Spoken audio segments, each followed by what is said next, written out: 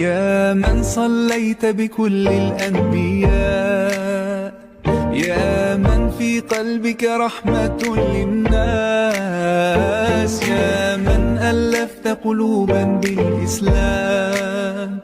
يا حبيبي يا شافعي يا رسول الله، بأمي وأبي فديتك سيدي صلاة